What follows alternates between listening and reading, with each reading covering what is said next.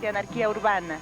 La Colonia Guerrero, antiguo barrio indígena, primer fraccionamiento planeado como colonia proletaria, destino de los ferrocarriles desde el siglo XIX, escenografía de la juerga bohemia de los años 50, 130 años de tradición popular.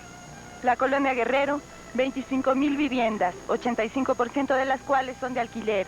Barrio bravo que despierta la codicia de especuladores y el arraigo de sus habitantes. Las 127 manzanas de la Colonia Guerrero son hoy arena de lucha entre especuladores y colonos. A este barrio le dedicaremos los programas de expresión de esta semana.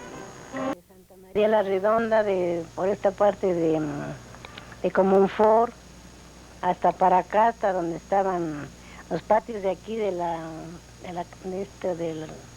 los ferrocarriles, eran puros sembradíos.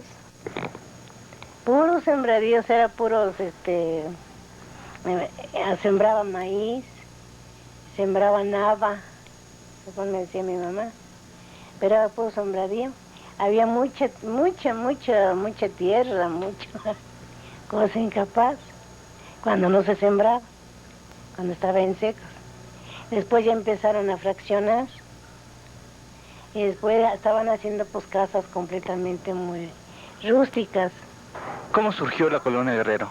Mira, el surgimiento de la Colonia Guerrero está íntimamente ligado con la creación del primer ferrocarril que tuvo el país, que es el ferrocarril mexicano que unió a la Ciudad de México con el puerto de Veracruz.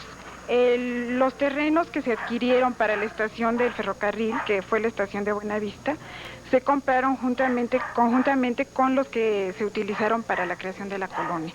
Estos terrenos fueron adquiridos por dos socios, que fueron Antonio Escandón, hermano de uno de los empresarios más importantes del siglo XIX, que fue el que inició la construcción del ferrocarril, pero después murió y tuvo que seguirla a su hermano Antonio. Y el otro es el licenciado Rafael Martínez de la Torre.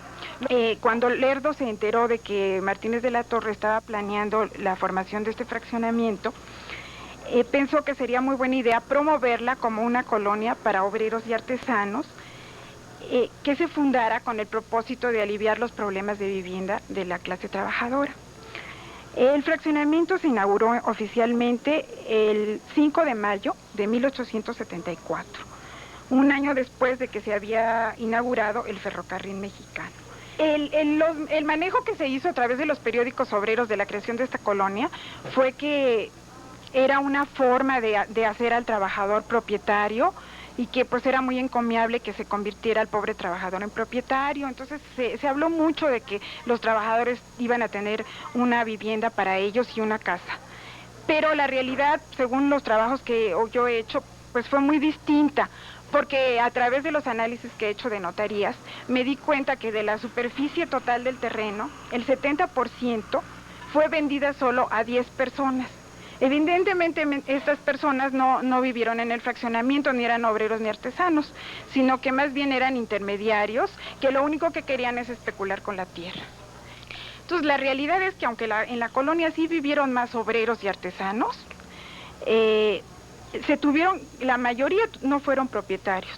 Entonces tuvieron que conformarse con ser arrendatarios de una vivienda en las múltiples vecindades que se hicieron. Realmente el propósito de la colonia, que era aliviar el problema de la vivienda de las gentes y hacerlas propietarias, no se cumplió. Sin embargo, el fraccionador, Rafael Martínez de la Torre, sí hizo el gran negocio de su vida, porque en 2 años, porque él muere a los 2 años de hacer el fraccionamiento, la inversión que hizo la cuadruplicó, sin hacer ningún tipo de gasto, porque lo único que hizo fue vender los terrenos, porque no había en la colonia ningún tipo de servicios, ¿no? Las casas de vecindad proliferaron.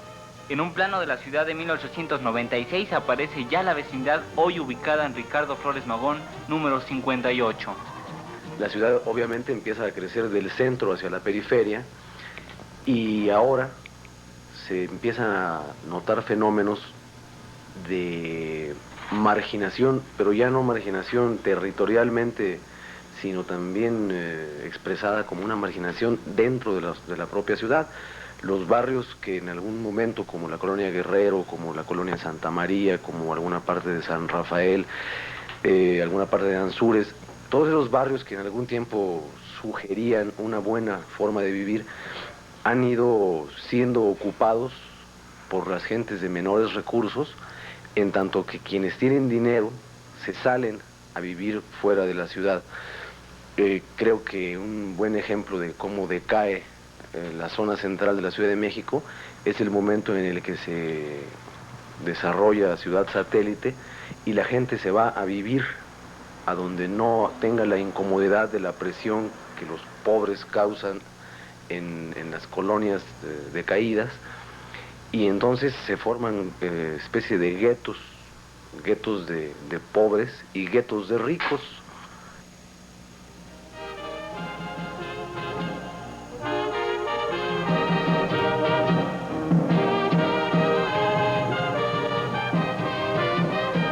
Toda ciudad debe darle a su suelo diferentes usos. Debe haber espacio para establecimientos comerciales, para instituciones, para la circulación de sus habitantes, zonas industriales, zonas verdes y de diversión, y sobre todo, zonas para que vivan sus habitantes. En muchas ciudades, estas zonas se escogen de acuerdo a un plan de desarrollo. En la nuestra, a pesar de los planes de desarrollo, lo que ha determinado el uso que se le da al suelo ha sido la especulación. Todos sufrimos la falta de planeación. Sin embargo, son los habitantes pobres los más afectados por la anarquía urbana. Veamos cuáles han sido sus consecuencias en la colonia Guerrero. Pues una de las mayores especulaciones viene siendo en que estamos ubicados en el centro de la ciudad, en el núcleo más grande donde se promueve el mercado más amplio. Y viene siendo en que esto aumenta el predio aumenta por mediación de la plusvalía que tienen los terrenos. Y entonces a los dueños y a la mayor parte de los propietarios de terrenos les interesa más como terreno que como vivienda, porque les interesa construir ya sea condominios, les interesa más buscar la manera de que esto les reditúe más dinero, más entradas, y a nosotros nos olvidan completamente.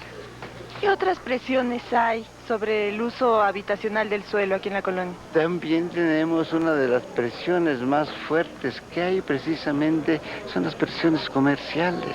Lo quieren hacer una zona comercial, ya que ellos saben que aquí ya tenemos, por ejemplo, tenemos Arruerá, Suburbia, Sardinero, etcétera, etcétera, de comercios. Eso trata de que cambie la fisonomía con gente de recursos más elevados. ¿Y perjudicar a quién? Pues a la gente de más escasos recursos. Ahora se han presentado casos en que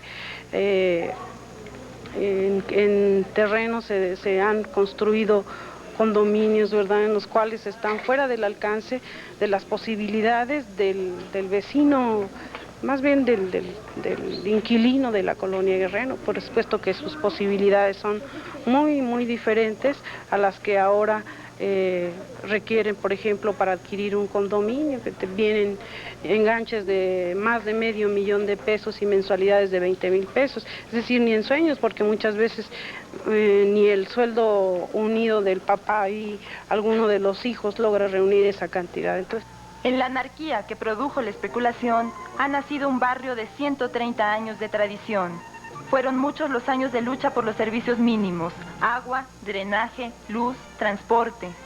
Pasaron muchos años para que el barrio fuera habitable, para que se formara el entretejido de patios chismosos y solidarios de las vecindades. Ahora, la colonia Guerrero tiene muchas ventajas que la hacen la mejor opción para sus habitantes. Primeramente, digamos, los mercados, escuelas,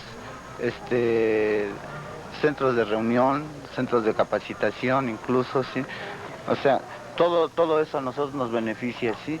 Ahora, la ventaja, por ejemplo, de los comercios, hay infinidad, ¿sí? Están, digamos, centros comerciales, tenemos un mercado, digamos, vasto propiamente, personas que no son de la colonia vienen aquí también.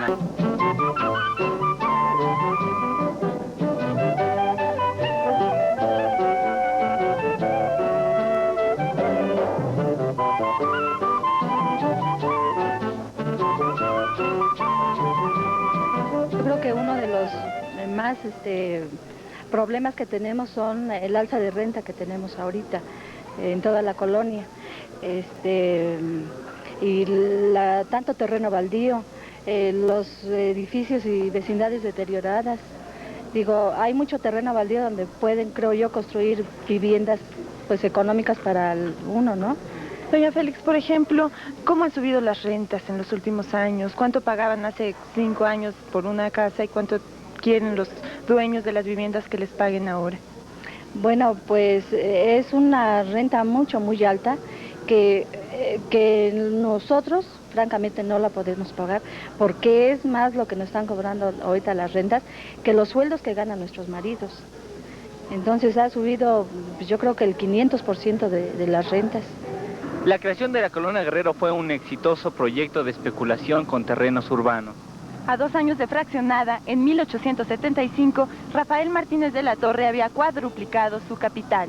Después, por más de un siglo, sus habitantes vivieron en paz, sin agua, sin servicios, pero en paz. Marginados, pero en paz. Pero resulta que la ciudad creció y con ella el precio de los terrenos, que antes se localizaban en las afueras de la ciudad. Y es que ahora los especuladores quieren repetir la proeza de Martínez de la Torre. Sin embargo, ahora se enfrentan a un barrio con más de 130 años de tradición. Un barrio que está dispuesto a luchar por su permanencia. Veamos qué antecedentes de lucha ha tenido este barrio. Esta colonia fue de las primeras que hubo en la ciudad. Realmente el ayuntamiento todavía no había establecido reglamentos en que se les impusiera ciertas reglas a los fraccionadores para que establecieran los servicios.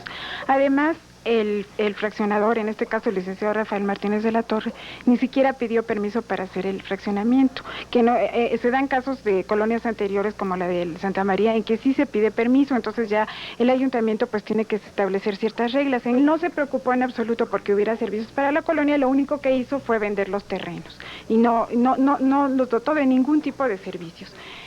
Sin embargo, los colonos, muy conscientes, ellos mismos lucharon por implantar sus servicios.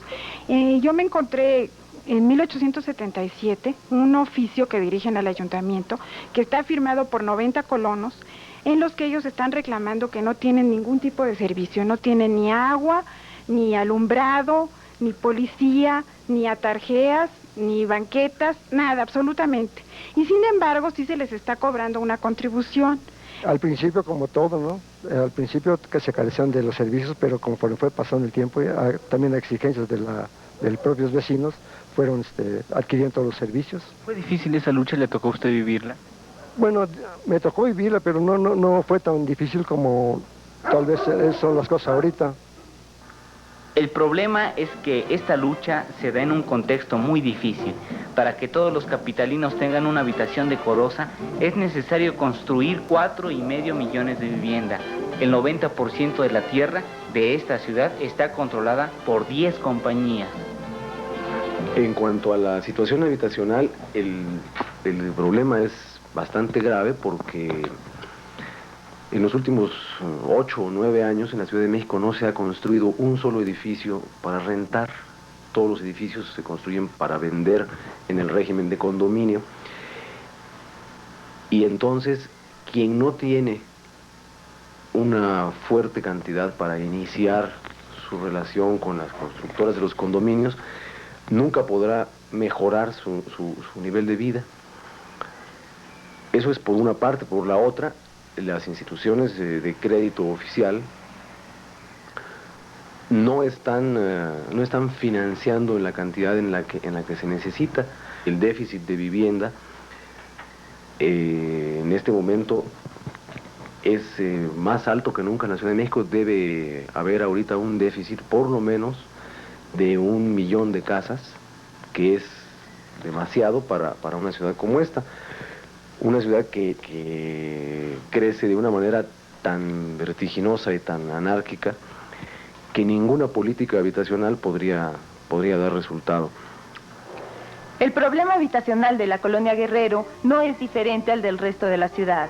Alzas de renta frecuente que a veces llegan al 400%, mal estado de las viviendas y negligencia de los patrones para repararlas.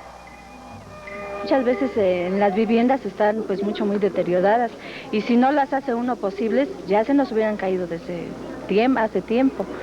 Uno hace posible su vivienda, pero muchas veces pues en los patios, pues usted misma lo ve cómo están. ¿Se ha dado el caso de que alguna vivienda se caiga o se le caiga alguna pared o el techo?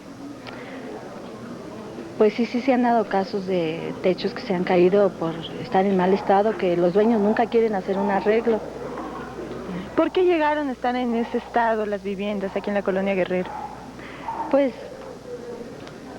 porque el dueño nunca pues hace arreglos adentro de las viviendas, porque a uno se la rentan y pues como esté, dice, pues si la quiere usted así métase, pero yo no hago ningún arreglo y por lo tanto así casi son todos los dueños. ¿Cuántas personas viven aquí en esta vecindad? 9 familias. ¿Cuándo se les presentó el derrumbe? El 22 de febrero. ¿Sabían que se iba a derrumbar su vivienda?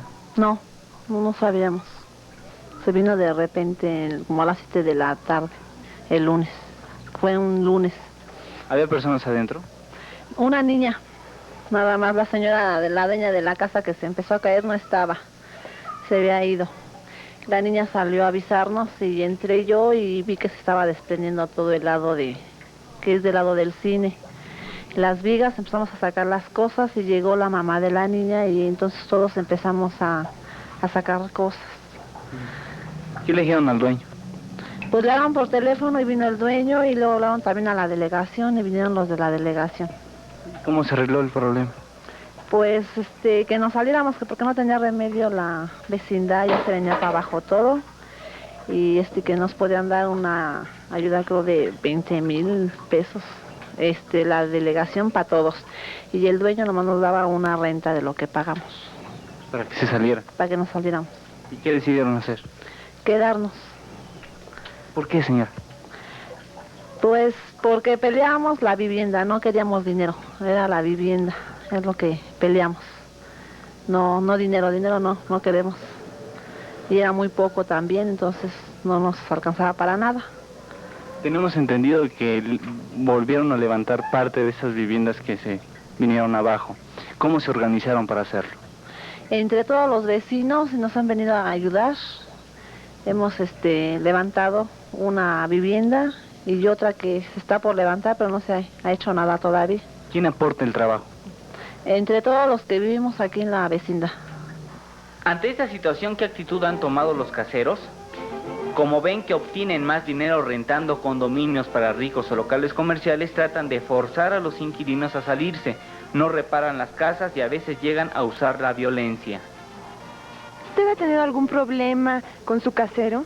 Sí, desde 1960 ha hecho varias demandas que han repercutido en perjuicio mío. Esta cosa se viene semblanteando en distintos problemas que ha desarrollado en distintos juzgados, en lo cual le han notificado.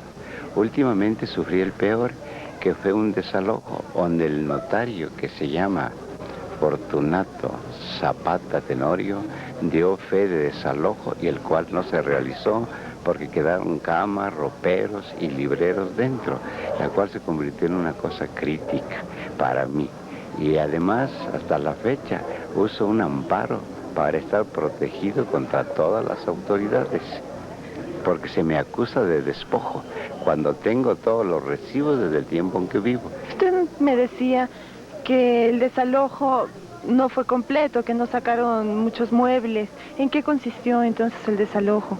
Pues el desalojo consistió que el señor tuvo la gran amabilidad de querer retirar los pisos y con marros y picos fueron a tirar y abrieron unos boquetes, pero gracias a la ayuda de la Unión que llegaron inmediatamente los taparon y entonces me acusó de despojo, como que si él supiese que no hubiese vivido desde hace muchos años. Eso fue todo.